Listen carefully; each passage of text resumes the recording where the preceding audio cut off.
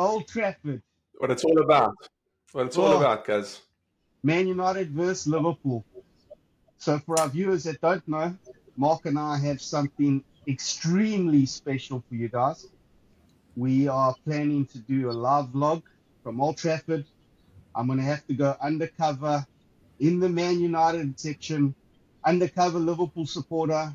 How am I going to contain my excitement when Liverpool at Old Trafford? I don't know. But all I can tell you, watch this space. It's going to be extremely exciting. I can't wait to see it. Can't wait It's to going to be see. great. It's going to be great.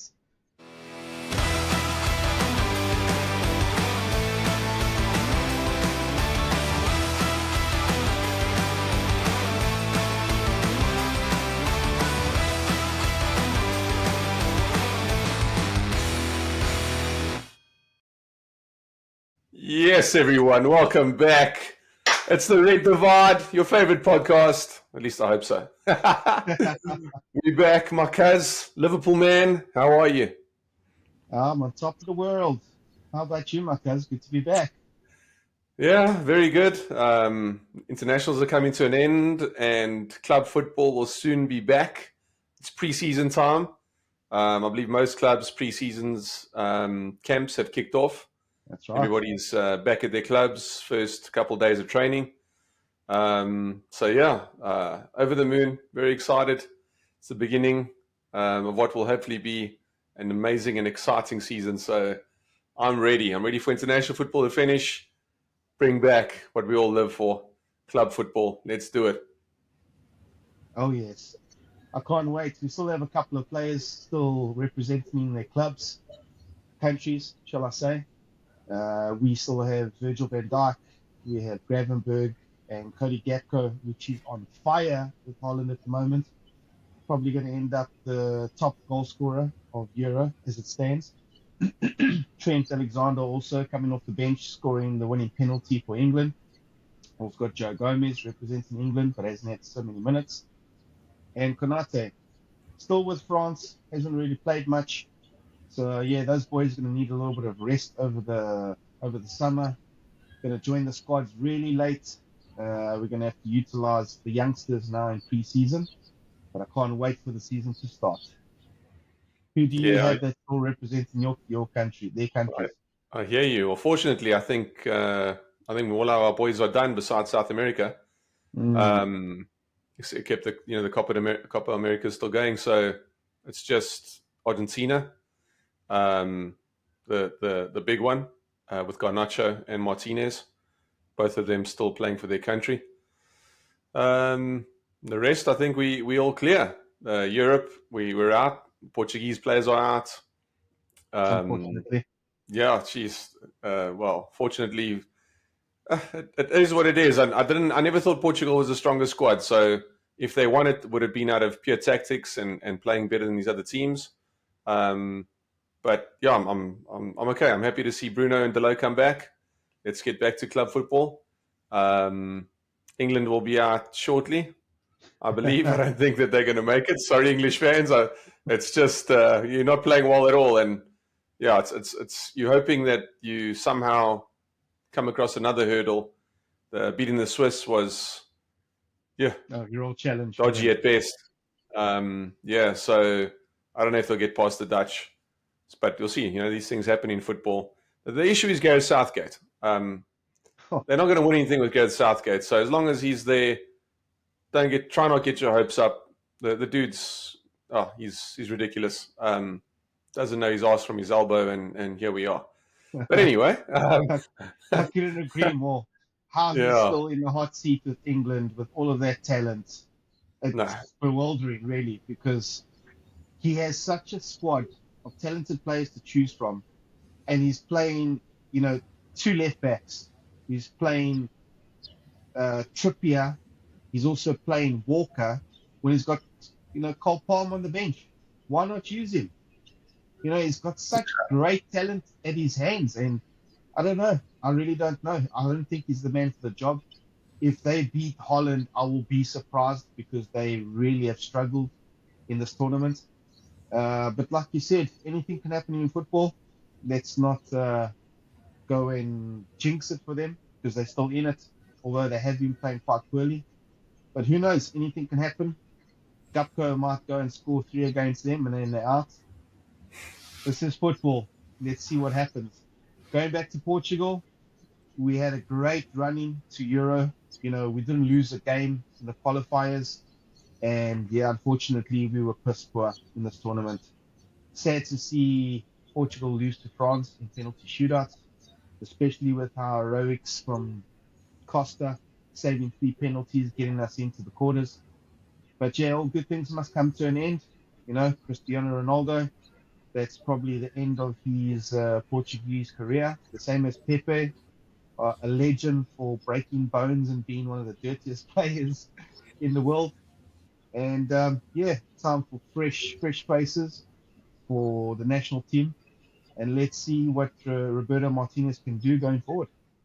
Yeah, I don't know. I thought I saw a headline, Ronaldo saying Portugal can count on me for the 2026 World Cup, and I just shook my head to say, dude, like you got to call it. Yeah, you might want to play, but again, as I've put in the fantasy group, I think he negatively impacts the team. Doesn't have the legs anymore, and he put so much pressure on that team with his name and his high profile that they want to get him involved, and they want to give him the ball, and they want to try and play to his strengths. But at the end of the day, I think he handicaps Portugal. But yeah, Yeah, you know what? He's been a phenomenal player for 100%. Portugal, for Real Madrid, for Man United. I think it's time for him to end his international career on a high. He did win the Euros. 2016 Euros, and let the youngsters now take over. Let his legacy remain forever. He's done his job. It's time for fresh faces. Let the new young players come in and try and build a national team for the next tournament. That's how I see it. I don't Yeah, want him to be a 40-year-old player still trying to do a job because he struggled. He definitely struggled in this tournament. He's definitely not at his best. He's not the player he used to be, and I don't want his legacy to go down the drain just with the fact that he still wants to play. He's got the right mentality, but he's at the age where his body can't compete physically with the youngsters anymore. So yeah, it's a sad chapter. He didn't get any silverware, but that's football and that's life, unfortunately. for sure. So on to the finer things in life. This club right here. Uh, some transfers. I think we're about to make our first signing under the Ineos regime. Old Joshua Zirkzee looks like he's inches away from putting pen to paper.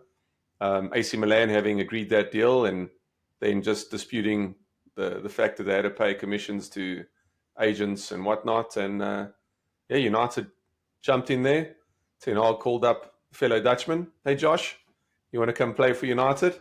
He said yes. We submitted the same offer to Bologna. They said yes. And then we've agreed personal terms. So it's a matter of time. Yeah, AC Milan have pulled out. So we jumped in, grabbed him under their noses, and now we waiting to sign him. It's a matter of time, apparently now. It's not if, it's when we sign him.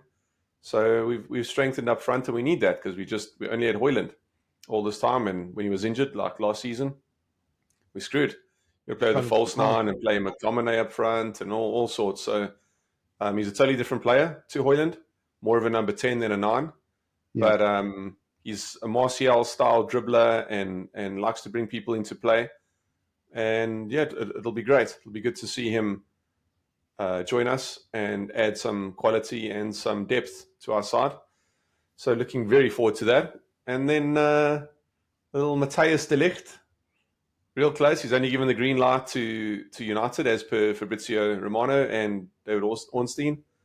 So man, very happy. that's a Strengthen the back sign. because we lost Varane. Get de Ligt in.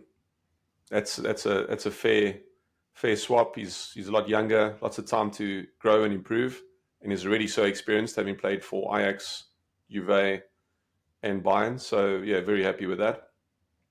So those two look to be the first two to walk through the door, which I'm very happy with. And then we need to strengthen the midfield with the rumors of Casemiro likely leaving, going to the Saudi League. I see he reported for training today, but I wouldn't be surprised if by the end of the window he's playing in the Saudi League.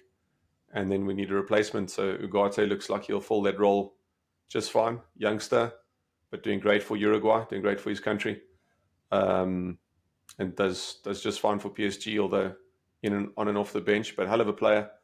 And he's apparently keen on the move, but same thing. Only wants to discuss the move maybe after the Copa America, so we'll have to wait for that. That one will be a later signing. But yeah, those are the hot three at the moment on the transfer list. Waiting to see how those all come about. But yeah, very excited. Cannot wait. Yeah, what about you? Got any ins coming in? Well, at this stage, not really much going on. There's this transfer talk. So Anthony Gordon, there's been rumors of his name floating around. Could be a good It signing. seems like, yeah, it could be a good signing. Seems like the deal could have collapsed, but that could be the media just trying to sell papers again. Mm-hmm. I don't think any English players will be mentioned, as a concrete signing now that England's still representing, in the Euros. But Easy's name is still floating about. Nothing really concrete at this stage. The boys reported back to pre-season this week, and looking at the faces, a lot of young players. We do need new numbers coming in, but there is talk about players going out. Nat Phillips, I don't know if you remember old Nat Phillips, he's now 27 years old. He stepped up the season when Virgil van Dijk was injured. That was a season that we played Fabinho and Henderson centre backs as well. And he kept us in. Him and Reece Williams kept us in the Champions League for the following season. We had an opportunity to sell him in the 2021-22 season for 20 million, and Jurgen Klopp decided to keep him as a fifth choice centre back then. And now one of the Turkish sides want to take him on for 4 million, and I think Liverpool value him closer between 10 and 8 million. So don't know what's really going on there. Looks like he will move on, but we'll probably keep him through pre-season because we only have Gerald Kwanzaa at the moment. All the rest of our centre backs are representing their national teams. And the big news of Thiago Alcantara retiring from football. I didn't see that coming. Mm. What a legend of the game. He won so much in his career, obviously with Barcelona. He won 4 Spanish championships. He won 7 German championships. He won the Super Cup twice. He won the German Cup 4 times. He won the FA Cup with Liverpool. He won the Spanish Cup. He won the Super Cup with Germany 3 times. So, the accolades continue. And it's just unfortunate because he played 5 seasons for Liverpool. In 5 seasons, he only played a total of 90 games, assisting 4 and scoring twice. I'll never forget his first game. He came on against Chelsea in the Super Cup. He played 45 minutes only, and he broke the record for 75 passes in one game. When on his first debut for Liverpool, I thought, I always knew he was a great player. I thought, oh, this is it. This is what we've needed. And unfortunately, injuries just, destroyed his career at Liverpool. He wasn't quite the same player that he was at Barcelona and Bayern. And I really do think that football has lost a legend. And I'm really sad that he's decided to retire. But, when your body is telling you that it's time, it's time. And yeah, wish him all the best for the future. His legacy will live on. And he'll be sorely missed in the football community. And also outgoings, Adrian, I don't know if you know, he was our third choice goalkeeper. He was famous for coming on in 2019 when Alisson got injured. Ended up winning 4 trophies with Liverpool that season.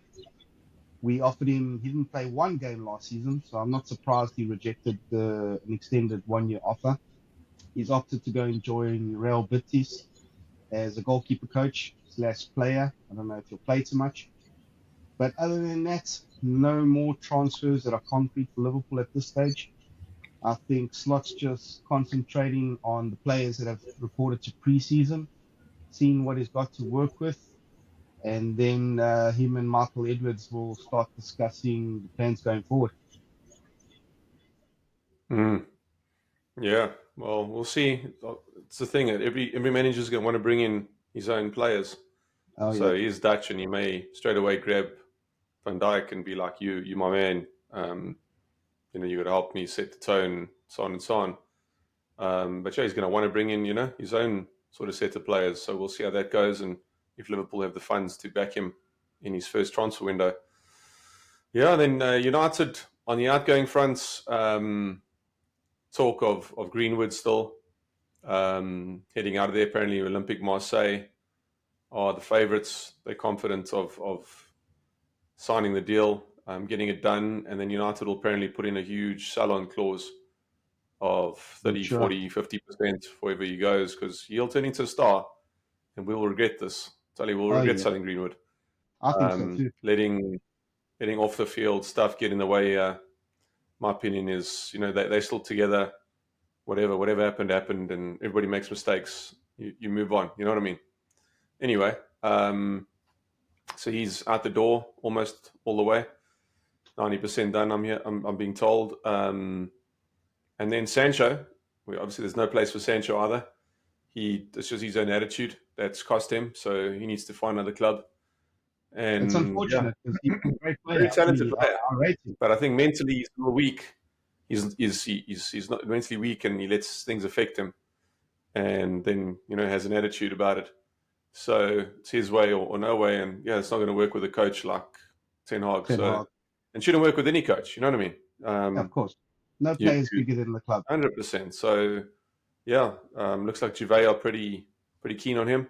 We'll have to see if that pans out or if he goes to another club. And then, like I mentioned earlier, Casemiro possibly heading out the door to the Saudi League, and then also rumors of Aaron Wan-Bissaka. I hope we keep him. I love Wan-Bissaka. He's sure he can improve going forward, but defensively, man, It's there's no solid. one who can touch that dude defensively. He'll put anyone in his pocket. He's so danger. One-on-one tackling, he's brilliant. So yeah, we'll see. Hopefully we keep hold of him because we need depth. Why mess around at right back when we need to strengthen so many other positions? You know what I mean? Exactly. Delay We've on got a whole him, bunch of yeah. Delay on him can battle it out for starting. And in some games, you need a more defensive player when you're playing maybe City for Doku, even Newcastle with Gordon. It depends who you're playing against. Playing against Liverpool with Salah, you maybe switch him and put him on the left to keep yeah. Salah, quiet or as quiet as can be. You need that kind of player that's really, really good defensively. So, yeah, we'll see how that all goes.